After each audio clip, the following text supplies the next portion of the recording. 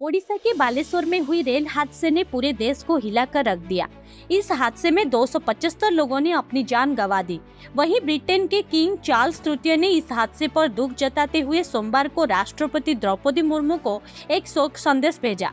इसकी खास बात यह भी है कि अपने इस संदेश में किंग चार्ल्स ने 43 साल पहले की अपनी ओडिशा दौरे को भी याद किया।